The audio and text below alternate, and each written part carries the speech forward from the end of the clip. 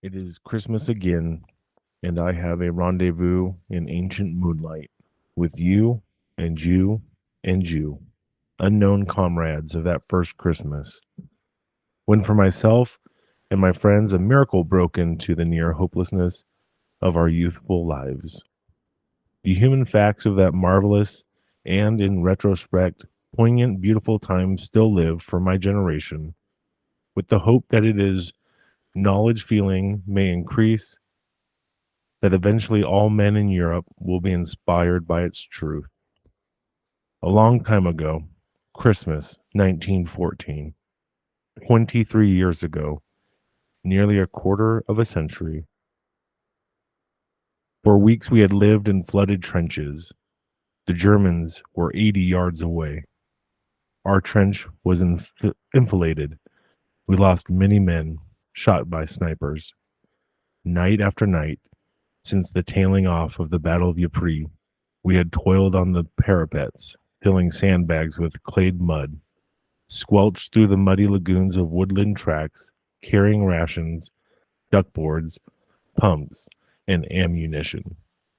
We were volunteers, rushed to help General French's shattered expeditionary force. A few weeks before, we had been schoolboys, bank clerks, undergraduates, medical students. Now, our lives were ravaged. Some of us, the young ones who thought of their mothers, were near despair. We were without hope, without horizon. At first, trench life had been interesting and even enjoyable. It was fun cooking our own bacon and making tea in the wood while shrapnel cracked overhead. Good sport stalking the wild geese in the marshes, satisfying to feel the soft hairs of our unshaven chins. The regulars were decent chaps, heroes of Mons. But the rains fell, and the trenches filled almost waist high. After a few days, we could scarcely move our legs, nor did we seem to need food. At night, we dragged ourselves out of the ditches, and we moved about, uncaring of bullets aimed at random in the dark. All night we worked, carrying parties, pumping fatigues, parapet building.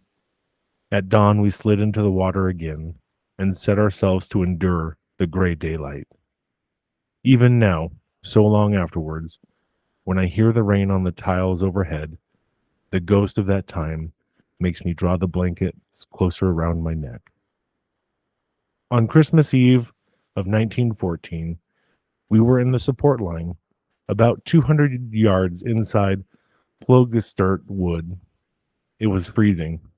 Our overcoats were stiff as boards.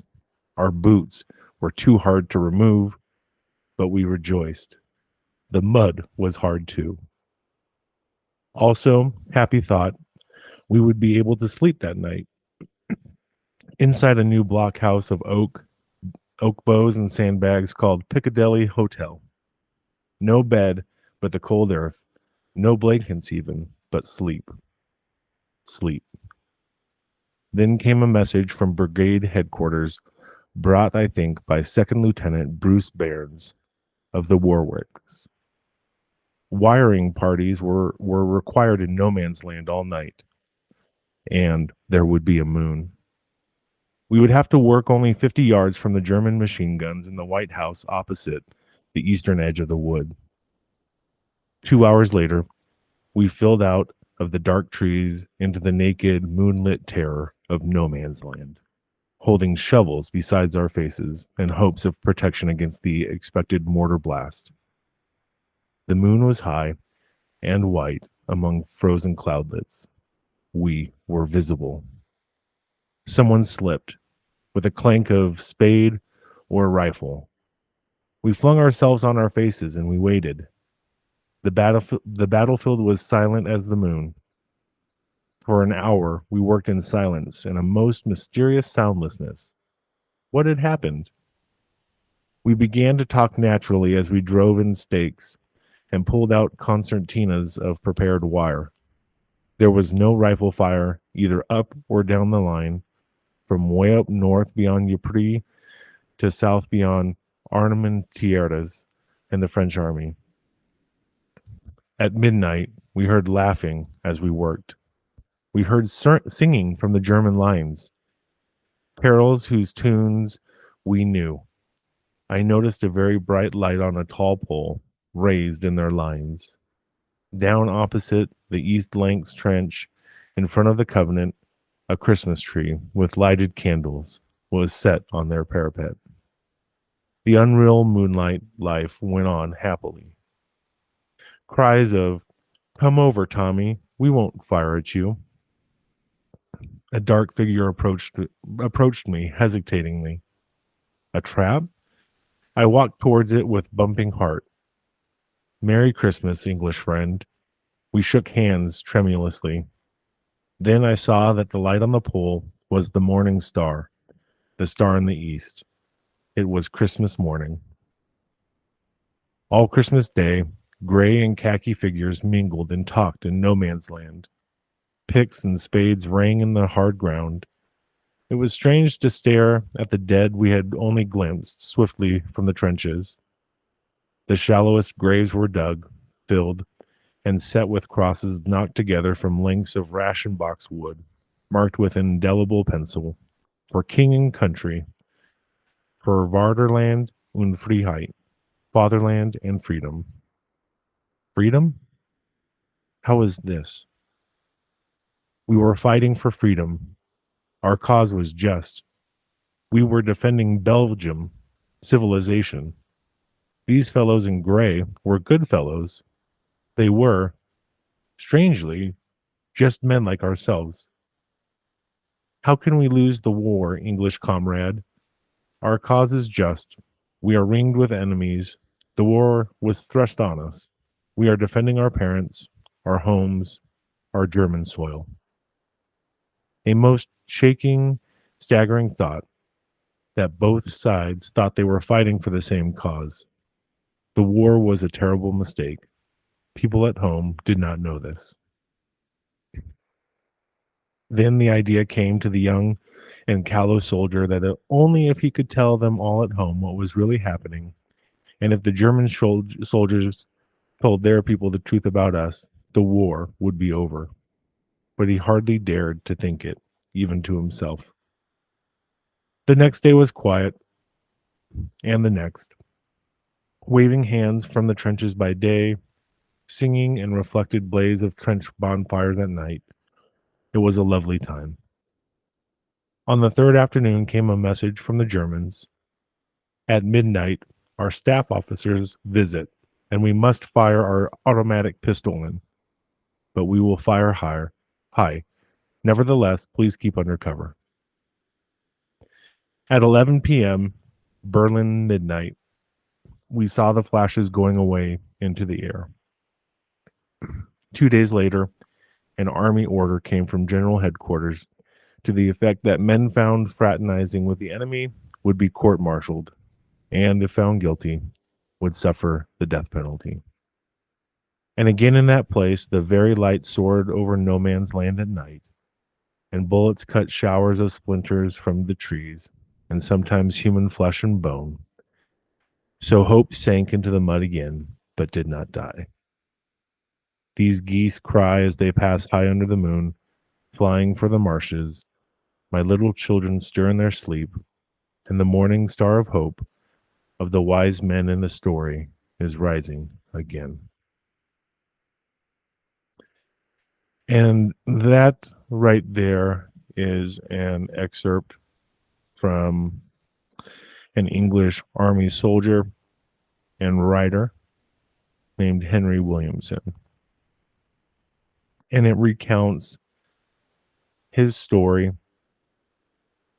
fighting as a soldier against the German army on Christmas of 1914. And 1914 was, and Christmas of 1914 was World War One, and the war had been going on for about 5 months. And Christmas in this town was incredibly cold, and it was wet, and they saw 51 hours of sunshine a month. So that's not a whole lot. So they were tired, they're cold, and World War One was particularly brutal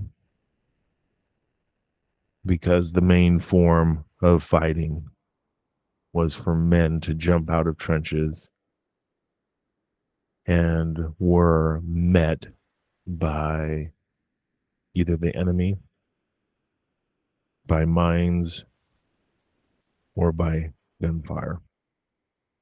And on average, about 6,000 people died a day during the war. And the death toll for World War One ultimately came to about 60 million people were killed. And you may be thinking, why am I sharing this Christmas story on Christmas Eve, and for Christmas? And I'm sharing it because there's a remarkable story of hope that happened that Christmas in 1914, where English and German soldiers were able to put aside their differences to come together and to, in their situation, enjoy Christmas as best as possible. And when we think about today, a lot of us may be feuding with others. We're unable to resolve differences or overcome those differences. And so we may be having an internal war with someone or multiple individuals. And if the English and the German soldiers in 1914 were able to overcome their differences even for a brief time, then we can do that as well.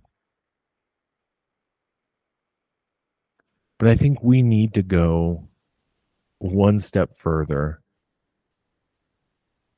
and instead of putting aside our differences for the Christmas season, like the German and the English soldiers, why don't we put our differences aside for good? And why don't we look for those things that connect us rather than divide us? We don't have the direction coming from general headquarters that we have to get back to fighting. If we choose, we can continue to look to build bridges and to do good and to uplift others. And it's really only during those times where we're doing that that we're going to see the change that you're hoping to see in the world. So this Christmas season and beyond, to go into 2024 and for the years to come, look to build bridges, to forgive others, and to look for those things that connect us so that we can move forward together in creating a world that is more inclusive, loving, friendly, and all other good attributes that you can think of. I guess really, when it comes down to it, I hope that you choose to do, to be, and to inspire good in all that you do. Merry Christmas, and I hope you have a very happy New Year. Good night.